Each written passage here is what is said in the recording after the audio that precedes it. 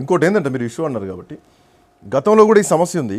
మీరు యూనివర్సిటీలు అన్నీ తిరిగి ఉన్నారు, అన్ని గోడలు దునికి వాళ్ళ కష్టాలు తెలుసుకున్నటువంటి వ్యక్తి బల్మూరి వెంకట్ కాబట్టి ఏ యూనివర్సిటీకి ఆ యూనివర్సిటీ ఎంట్రన్స్ టెస్ట్ ఉన్నప్పుడు విద్యార్థులకు ఇబ్బందులు ఏం కలగలేదు.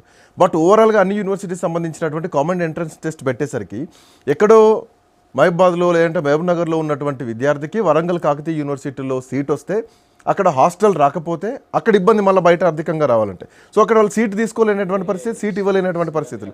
సో ఎందుకు ఏ యూనివర్సిటీకి ఆ యూనివర్సిటీ గత సిద్ధాంతాన్ని ఎందుకు తీసుకురాబోతున్నారు? గతంలో బీఆర్ఎస్ చేసింది, ఇప్పుడు అది మీరు కంటిన్యూ చేస్తున్నారు. తెలంగాణ రాష్ట్రంలో కామన్ ఎంట్రన్స్ పెట్టడమే ఎవరన్నా కూడా ఇదంతా మనం ఒక కంబైన్ స్టేట్, దీంట్లో విభజించి ఈ డిస్టిక్ వాళ్ళు ఇక్కడనే చదువుకోవాలి, ఈ డిస్టిక్ వాళ్ళు ఇక్కడనే చదువుకోవాలని చెప్పి మనము రిస్ట్రిక్ట్ చేయడం కూడా కరెక్ట్ కాదు. కానీ సమస్య విద్యార్థుల్లో వచ్చిందా? ఒక విషయం శ్రీకాంత్ గారు, మనం ఒక దగ్గర వెళ్ళినప్పుడే, మనం ఆ జిల్లా వెళ్ళినప్పుడు అక్కడ సమస్యలు లేదా అక్కడ కూడా ఇతర వాళ్ళతో మింగిల్ అయితేనే మన నాలెడ్జ్ కానీ ఏదైనా పెరుగుతుంది. అండ్ మనం రిస్ట్రిక్ట్ చేసి ప్రాంతాల వారిగా విభజించుకుంటే మనం అంతా కూడా తెలంగాణ వాదులము, తెలంగాణ రాష్ట్రం మన రాష్ట్రం. మీరు అన్నట్టు అక్కడ యూనివర్సిటీలో కొన్ని మౌలిక సదుపాయాలు, హాస్టల్ ఫెసిలిటీస్ ఇబ్బందులు ఉన్నాయి. కేవలం అక్కడ కాదు, నిజాం కాలేజ్ లేవు, రియంబర్స్మెంట్ రావట్లేదు, మహిళలు ఆడపిల్లలు చాలా ఇబ్బందులు పడుతున్నారు, హాస్టల్ లేక ఉండలేక అడ్మిషన్ వచ్చినా కానీ వదులుకునే పరిస్థితి. అవన్నిటిని కూడా ఇన్ఫ్రాస్ట్రక్చర్స్ ని డెవలప్ చేయాలనే ఉద్దేశంతో ఉస్మానియా యూనివర్సిటీలో నాంది అంటే ఒక ఇనాగ్రల్ లెక్క ఉస్మానియా యూనివర్సిటీతో ప్రారంభించడం జరిగింది. నెక్స్ట్ 1 yearలో ఆల్ యూనివర్సిటీస్ని కూడా తప్పనిసరిగా ఈ సమస్యలన్నింటినీ కూడా ప్రభుత్వం పరిష్కరిస్తుంది. అండ్ ఇవన్నిటిని దృష్టిలో పెట్టుకొని యూనివర్సిటీకి జీవో తీసుకొని వచ్చారు. మీరు జీవో ముందు రోజు రిలీజ్ చేశారు, ఆ జీవో పట్టుకొని ముఖ్యమంత్రి వచ్చారు.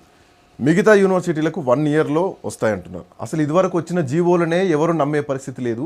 ఈ జీవో మీద నమ్మకం ఉందా? బల్మూరి వెంకట్ గారు, మీరు ఎమ్మెల్సీగా ఉన్నారు, విద్యార్థి నాయకులు, మీరు రాజ్ న్యూస్ వేదికగా హామీ ఇస్తారా? ఒకవేళ ఈ సంవత్సరంలో మిగతా యూనివర్సిటీలకు నిధులు ఇవ్వకపోతే మీరేం చేస్తారు? 100% ప్రతి యూనివర్సిటీకి కూడా నిధులు కేటాయించాలి, నిధులు ఇవ్వాలని చెప్పి విద్యా వ్యవస్థని స్వయంగా విద్యాశాఖ మంత్రిగా ముఖ్యమంత్రి గారే ఉన్నారు.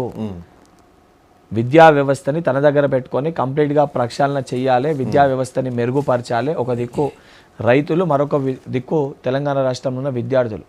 ఈ 2 పిల్లర్లు తెలంగాణ రాష్ట్రంకి అని చెప్పి ముఖ్యమంత్రి గారు ఎప్పటికప్పుడు అటు అగ్రికల్చర్ మినిస్ట్రీ ఏమో అనుభవం ఉన్న తుమ్మల నాగేశ్వరరావు గారి దగ్గర, విద్యాశాఖ మంత్రి స్వయంగా ముఖ్యమంత్రి గారి దగ్గర పెట్టుకొని మానిటర్ చేస్తారు. 100% నెక్స్ట్ 1 yearలో ఈ ప్రతి యూనివర్సిటీలో కూడా మౌలిక సదుపాయాలని ఈ ప్రభుత్వము మెరుగుపరుస్తుంది. మెరుగుపరిచే విధంగా బల్మూరి వెంకట్ ఏవైతే సమస్యలు ఉన్నాయో, నాకు తెలిసిన సమస్యలన్నీ కూడా ఆ వైస్ ఛాన్సలర్స్తో డిస్కస్ చేసి ప్రభుత్వ దృష్టికి, ముఖ్యమంత్రి గారి దృష్టికి తీసుకొని వెళ్ళి ఆ సమస్యలన్నింటినీ కూడా పరిష్కరించడంలో తప్పనిసరిగా నా పాత్రను నేను పోషిస్తా. అండ్ తప్పనిసరిగా పరిష్కరించి తీరుతాం. పరిష్కరించలేని సమస్యలు ఏమన్నా ఉన్నా కూడా తప్పనిసరిగా అవన్నీ కూడా స్టెప్ బై స్టెప్ ప్రతి సమస్యను కూడా మా 5 సంవత్సరాల టెన్యూర్లో పరిష్కరించే ప్రయత్నం చేస్తాం, పరిష్కరించి తీరుతాం. 5 సంవత్సరాలు లేదు బల్మూరి వెంకట్ గారు, 2 అయిపోయింది, ఇంకొకటి సంవత్సరం, 1 yearలో మొత్తం మళ్ళీ ఎలక్షన్ 3 వచ్చేస్తా ఉంటాయి. శ్రీకాంత్ గారు, ఒక విషయం, మనం ఏదన్నా ఇష్యూస్, ఏదైనా ఇన్ఫ్రాస్ట్రక్చర్ బిల్డ్ చేయాలనంటే, ది బెస్ట్ ఇన్ఫ్రాస్ట్రక్చర్ బిల్డ్ చేయాలనంటే, ఒక స్లాబ్ వేసి ఒక కన్స్ట్రక్షన్ చేయాలంటే దానికి కొద్దిగా సమయం పడుతుంది. మీరు అన్నట్టు 5 అంతస్తుల బిల్డింగ్ కట్టాలి, 2 నెలల బిల్డింగ్ కడితే ఇందిరా ఏదైతే డబుల్ బెడ్రూమ్ ఇల్లు కదా బీఆర్ఎస్ పార్టీ వాళ్ళు కడితే ఈరోజు కూలిపోయింది కదా మొన్న వేములవాడలో, అటువంటి పరిస్థితి ఏర్పడుతుంది.